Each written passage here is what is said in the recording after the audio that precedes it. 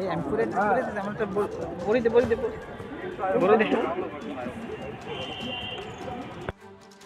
অন্যান্য বছরের নেই এই বছরও মিনিস্টার কাপ ক্রিকেট টুর্নামেন্টের আয়োজন করতে চলছে 10 মজলিশপুর বিধানসভা কেন্দ্রের যুব মোর্চার কর্মীরা।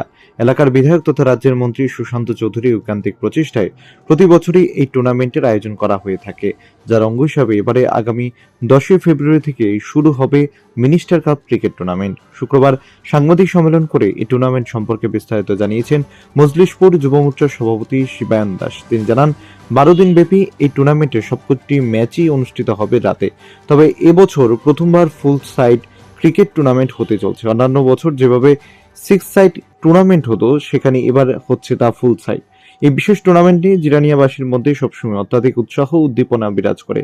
আগামী 10 ফেব্রুয়ারি এই টুর্নামেন্টের উদ্বোধনী অনুষ্ঠানে উপস্থিত থাকবেন বিধায়ক তথা মন্ত্রী সুশান্ত চৌধুরী। একই সাথে থাকবেন যুব মোর্চা সহ 10 মজলিশপুর মন্ডল কমিটির নেতৃবৃন্দ।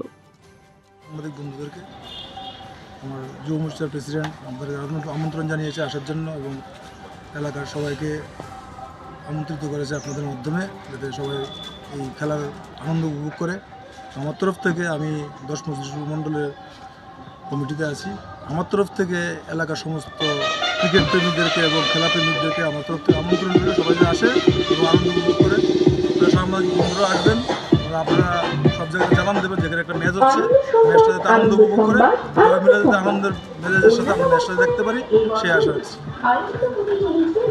এদিনের সাংবাদিক সম্মেলনে মোর্চার সভাপতি ছাড়া ছিলেন মণ্ডল সদস্য গৌতম পাল, নন্দন দেবনাথ, যুব মোর্চার সম্পাদক শুভম সুব্রত সহ অন্যান্যরা।